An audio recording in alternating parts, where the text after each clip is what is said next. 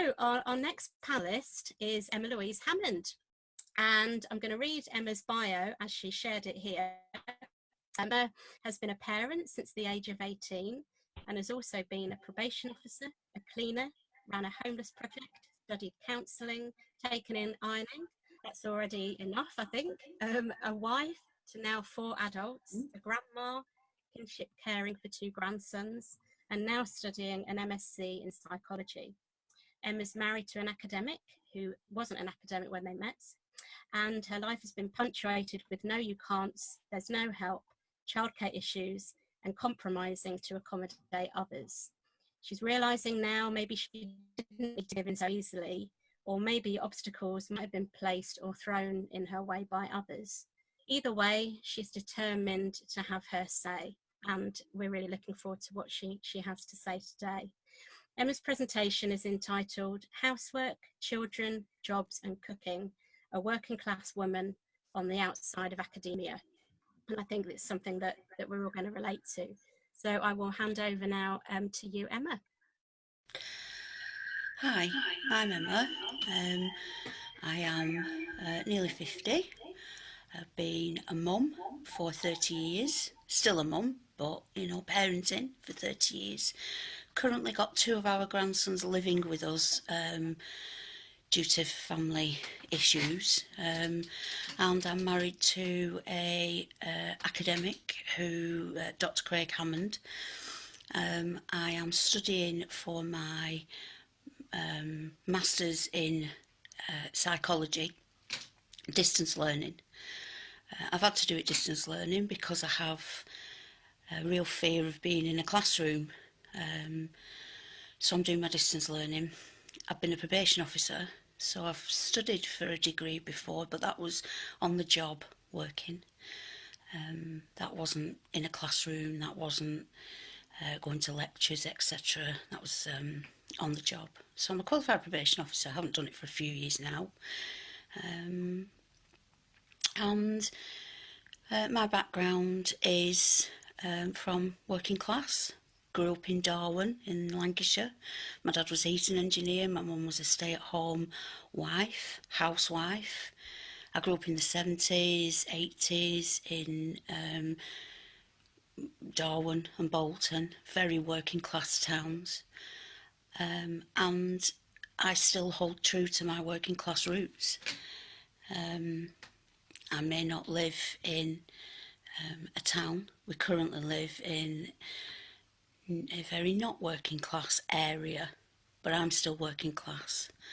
And somebody asked me a question yesterday, saying, given my job as a probation officer and studying it and currently doing my masters, and how can you be working class? How can you class yourself as a working class person? For me, being working class isn't a badge of honour that I wear. It's not something I dip in and out of. It's part of who I am. It's part of my genetic makeup. It's where I come from. And I'm very grounded in that. But it has also thrown up quite a lot of challenges for me over the years. And particularly being married to a working class man. And I won't go into the details of Craig's history because that's his story to tell, but he is working class, grounded in working class roots, but he's worked his way up in the 20 years we've been married to, he's now a doctor, works in a really good university, and his progression from working in a factory to where he is now, whilst it has been difficult for him at times, there have been more challenges for myself as a woman, as a mum, as a grandma, to get to where I am now, as opposed to has it been for him. And we've talked about this in depth, and I've talked to friends of mine about this. And why has it been so difficult? Why has it been hard for me to get from that 15-year-old who left school with no qualifications to somebody now who has a degree in criminal justice and is now studying a master's? What is that? Why has that been a problem? This really is my story. I'm not speaking on behalf of any other woman, any other working class woman, any other woman who's married to an academic, because I can't do that. We might have similarities, but my story is my story. And it's been nearly 50 years in the making. Single parent, victim of domestic assault, now sitting here with books behind me that at one time I would never have dreamed that I could have looked at. But there's been a lot of obstacles in the way. And some of those obstacles have come from the establishment of academia. Some of those obstacles have come from me, how I viewed myself and how I viewed the world of academia. But underneath it all, I'm still Emma. I'm still a working class woman, and I hold that very, very dear and very true, because it's who I am.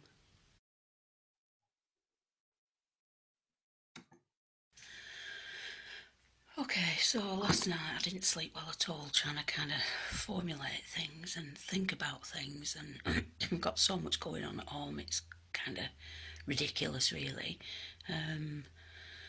But I was sort of thinking about when I was at school and went to see the careers advisor, and they asked what I wanted to do, and from being a little one I wanted to be a policewoman because I'd seen Juliet Bravo such a lot. And then I wanted to be a solicitor, and basically where I came from, well, no, you weren't, you just kind of, don't be so silly. So my expectations were very, very low, and while my parents were amazing, university just was never spoken about, wasn't part of the narrative at all. It just wasn't. And I remember my parents saying to me and my sister, you know, we don't care what you do, you can work in a handbag factory so long as you're happy. And it kind of seems now with hindsight that they kind of went to the lowest denominator there. There was no kind of, well, let's have a look at how you go to university, etc. The emphasis was put on us. And as a young person who didn't know anybody that'd been to university, it was like, well, what am I supposed to do with that, if anything? So when I was about 16, 17, something like that, I thought, right, well, what can I do? What do I like? I quite like motorbikes, quite like cars. I will try and do a motorbike mechanicking course. So we were living in Bolton at the time. I inquired at Bolton, can I do it? No. So my dad came in to Bolton College and said to the guy, why have you said no? You know, she fits the requirements, she's the right age, or etc. And the guy said no, because she's a girl. Well, that was something I'd never experienced at home, because while there were definite gender stereotypes, mum did the housework, dad went out to work, it actually wasn't in my consciousness that existed. Didn't know that there was anything, that was a real thing out in the real world. So they wouldn't let me do it. It was a no, because she's a girl. Now I'll think back, that was, well, I'm nearly 50 now, and that was when I was kind of maybe 16-ish. You know, I wonder if has that changed at all? Is that any different? You know, she'll be a distraction. You know, how was I going to be a distraction? And if I was a distraction, was that my fault? Now I wonder if, had I gone to see about going on a, I don't know, law course or something, would that have been the same? Would I have been a distraction because I was a girl? Or would I not have been allowed to go it because I didn't have the right breeding or the right background? I don't know, because things were very different back then. But it's been food for thought for me overnight.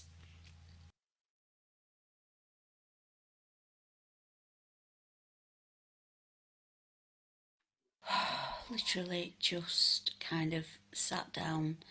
It's like 11:15 on a Thursday night, and I've got to get this together for Tuesday for the conference.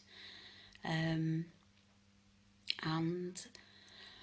wow, what a whirlwind it's been. Yeah, I've just got my results for the third module of my masters. I've passed that, but it's hard work. I've got my 2 grandsons living here and my husband, who is an academic, and is writing things and doing stuff, and I just kind of have to squeeze things in when I can. And you know, it's just been such a long slog these past few weeks, particularly with COVID, trying to balance everything together and make sure that I'm doing everything that I need to do. And then sometimes I just sit and I think, well, do I need to do it? Do I need to be making sure the washing's done and the ironing's done and everybody's eating healthily, and you know, trying to encourage the kids to eat fruit, and you know, not lose my temper when the banana comes home in the bag again from nursery because the 4-year-old won't eat fruit, and you know, just kind of ordinary things that ordinary parents do. And I've been parenting for 30 years. I had my first child when I was 18, and I was a single mum with him. And the thought of considering going into education at that point was just a no. I'd left school at 15 with no qualifications at all, and done jobs in supermarkets and cleaning, and I worked in London for a while, which was wonderful. But there wasn't anybody in my family who had a degree or had been to university or had, you know, done anything like that. We just sort of finished school and went to work. And that was my background. You know, my dad was a heating engineer and he worked lots of long hours. My mum was a housewife and a childminder. So my background was women stayed at home, looked after the children, did a bit of cleaning or worked in a packing factory to pay for Christmas and holidays, but no thought of further education or anything. So for me, that was just the norm. It's just what we did, and I got married in my early 20s to a man, working class man, ex-army. Women didn't learn, women didn't read, women didn't have an education. You know, their job was you stay at home, you look after the kids. So that just, again, that was just what I had. That's what my friends did. That was just the way it was. And there were times when I did question, you know, really, is this what I want? Is this? But it's what it was. And there were times when I could have gone and done something different, but the person I was with at the time, no, women didn't do that. Women stayed at home.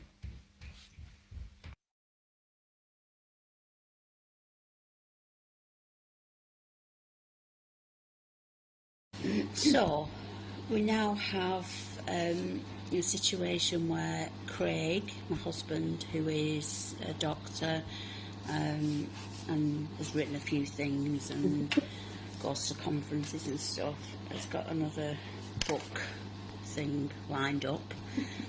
And he has been granted some money to go to Oxford, which is fantastic. Trying to fit it in with what's happened with COVID and stuff. It's sort of, the dates have been changed several times and trying to figure out when he's going.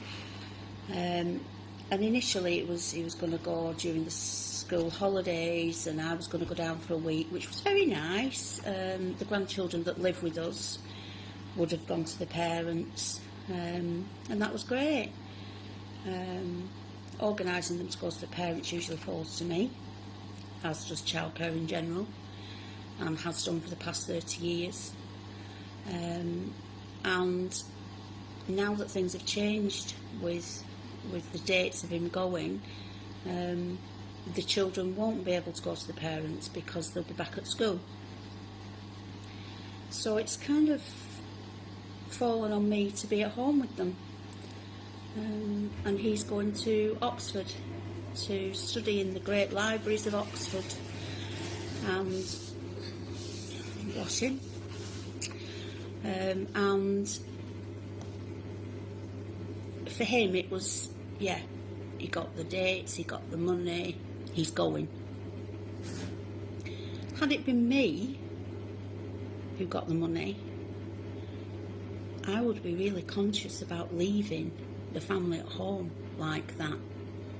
He's done lots of conferences in the past, he's been all over the place, and I've been at home keeping the home fires burning. And for a long time that was okay because I wasn't really interested in academia, I wasn't gonna do anything. I'd got my degree in criminology and criminal justice, worked as a probation officer, where I still did the home stuff, I still did the cleaning, I still did the ironing, I still sorted the kids out on next to kin phones with the children. It was always me. If there was a problem, they would ring me, I would have to leave work and come home. And that's not changed. That's still the same. And I just sometimes kind of think, you know, is this a working class thing? Is this because this is what women from my background do? We assume the responsibility of the home, whether it's a conscious thing or not. You know, I've kind of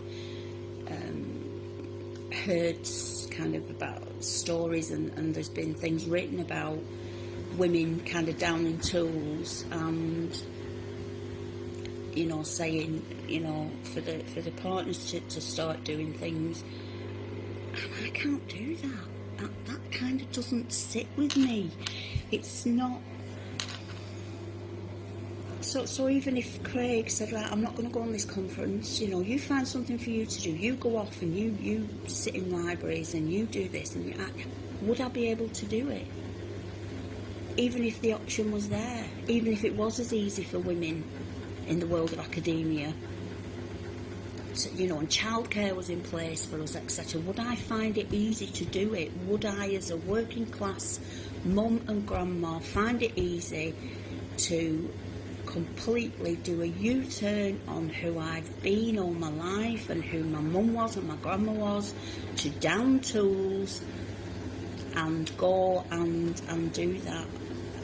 And it's something that I've talked to Craig a lot about, in terms of how women, working class women, progress in the world of academia. And it's something that you know, I'm kind of interested in. Should I need to be able? Should I change? Should I change how I view it? Should I just say no? I'm not doing this anymore, because that then negates part of who I am. For me, I feel. For me, I'm not speaking for any other woman, because it's all different for everybody. But it isn't easy. It isn't easy to acknowledge that I prefer to do things a certain way. And is it that I don't trust him? Is it that as a working class woman it's kind of indoctrinated, isn't it? It's kind of, you look after the children, you're the nurturer, you know what's best. I don't know.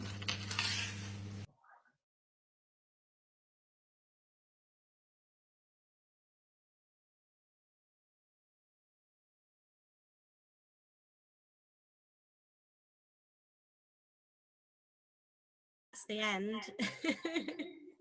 That was brilliant. So powerful, and I hope you get a chance to read what people have been saying in the comments, because lots of really wonderful things that have been said about the way you spoke and the stories that you told. So how Lucas, I think, saying how brave, powerful, and authentic that was. And I think there's something that really came through for me about the power of stories and the power of our own stories, our own narratives. I think so much that we could do, everybody, I think, could. So I've got a few questions that I'm going to ask you. We've got a few minutes for questions, if that's okay. I'm quite emotional, which is why I'm struggling to string two words together. But I think I'm really interested in that idea of those sort of inequalities and, as you put it, why women find it so hard to down tools. And I think COVID and the experiences that many women have had during COVID, and that shift in having to be at home and juggling home care, you know, children and work, and how that's exposed further gender inequalities in relationships that might have appeared to be really balanced, actually. That's something that's really struck me, and an idea really that men are able to shut off or move out of space, you know, even within the house, move into different spaces and do that really seamlessly, is something that struck me. So I'm interested for you whether the whole pandemic has exposed more of that. It's obviously something you were really aware of already, but have you noticed more of that happening? Yes. Can you hear me? Yeah. Yeah, you can hear me. Yeah, because Craig's working at home, and he can just switch off. So he can be sat in the room, tapping away on his computer, and all hell's breaking loose with the kids, etc. And the washing still needs doing, and all the rest of it. And it's just kind of my default position to just get up and do it. I just get up and do it because that's what my mum did. And there is, I think I still have a little bit of guilt. And that's something that I've kind of, when I've talked to friends about this, it's something that seems to be embedded, this almost like guilt that if you say that you're not going to do the washing, or you say you're not going to do the ironing, that makes me less of a wife and a mother. And I'm only coming at this from my experience. I can't kind of comment on anybody else's experience of that. But my background has been this, and there's sort of times where I haven't done stuff for a while, and I feel guilty, and I can almost hear my mum's voice saying, first and foremost, you had those children. First and foremost, you became a wife. And even at 50, that's still there a little bit. But back to your kind of question about the pandemic, it has highlighted it in my house quite significantly, yes. Yeah. Craig's over there now laughing. And I think it's interesting, and certainly in my experience when I've spoken to my husband about similar issues, there's a lot of understanding of it, but not always. There's a block, I think, people get over in articulating what the issue is and how to get past it. And that, what you just said there about your mother's voice and your grandmother's voice, those voices that are still, it's almost like an embodied thing, isn't it? Actually, it's almost like a physical thing, I think, that sometimes makes it very difficult for women. So there's something really interesting there that I think would be brilliant to think more about. Maybe you could research this for us, Emma, and do some some research on it. We're just trying to finish my ironing and washing and me masters. Yeah, I'll have a go. So we've got a few questions in the Q&A. I think, let's have a look. We've one from Louise, and Louise is asking, as working class women, there are so much of the skills that we develop to run the home being what we do, and how does this translate to valuing our academic achievements? And I think that's a similar kind of thing, but thinking about it in the sense of all the things that you're achieving in your academic sphere, how do we start to value those things more? I find that quite difficult to answer, because I have to be quite honest and on heart. I don't particularly value qualifications and academia any higher than anything else. So for me, I kind of have juggled so many things that I've kind of approached my for example, doing my masters as just another plate that I'm juggling. So I don't hold it in any higher esteem. It's just something else that I'm doing. It's just another thing. Now, for some people, and for some people on courses that I've done, they want to get a first. And that to me is kind of, I don't need to get a first, me personally. If I pass it, I pass it. That's the thing I want to pass. But it's not going to make me a better person. It's not going to make me sort of any cleverer than the next man. I'm just going to know more about the particular subject. And that's how I view it for me, that I've had all these years of experience of juggling lots of things and trauma and good times. My life hasn't always been horrendously chaotic, but I don't hold it in as high esteem as I think perhaps people think I should. Mm. Yeah, it's interesting, isn't it? And as you say, what we value, and perhaps that relates back to the way that women do juggle and manage all those different tasks and value things that perhaps others don't value in the same way. That's really interesting. I was thinking as well about your discussion around jobs and the kind of courses that you wanted to do but couldn't do, and some that weren't deemed, fit things for a woman to do. And my own teaching is on a childhood studies course, which tends to be about 90%. Sometimes I've had cohorts of 100% female students. And it interests me that where there's an encouragement of women to go into STEM subjects and, let's open these opportunities up for women, isn't the reverse, let's get men into these courses. So I very often say, what are we doing about trying to encourage more men onto childhood studies? And everyone looks at me like, what are you talking about? So I was wondering, I suppose, looking back over your own experiences, have you seen many shifts in this, or do you think that kind of gender equity around opportunities for study, do you think that still persists? I think in terms of kind of turning on the flip side, we've got 3 sons, adult sons, and whilst they were kind of brought up in with us, there was never, they had dolls to play with, they played shops and they did things, but none of them have gone into any kind of job doing that. One works in a recycling factory, and none of them have gone into kind of childcare or nursing or any of those jobs that are usually seen as kind of the softer jobs, because of where we live, where the school my boys went to. They either joined the army or they became motor mechanics. And in my experience, it hasn't really changed very much. One of our grandsons was at a nursery, and there was one male nursery carer, and he was a young lad, and he'd gone on a work placement from school, and he was fantastic, and he was a great role model, because a lot of these children didn't have a positive male in their lives. So Ben was a positive male role model to them, but he didn't stay. He didn't stay, and there were kind of issues around. He was name called, "Why do you want to work with children?" There was all that kind of. It's quite horrible, and that, I think, that kind of really impacted me, because I thought for myself, when I think back to when I tried to get on the motorbike course, I wasn't necessarily doing it because that's what I wanted to do. It was because I was a woman or a girl who knew that was going to ruffle some feathers. I don't know if that's changed now. I don't know. I still like ruffling feathers.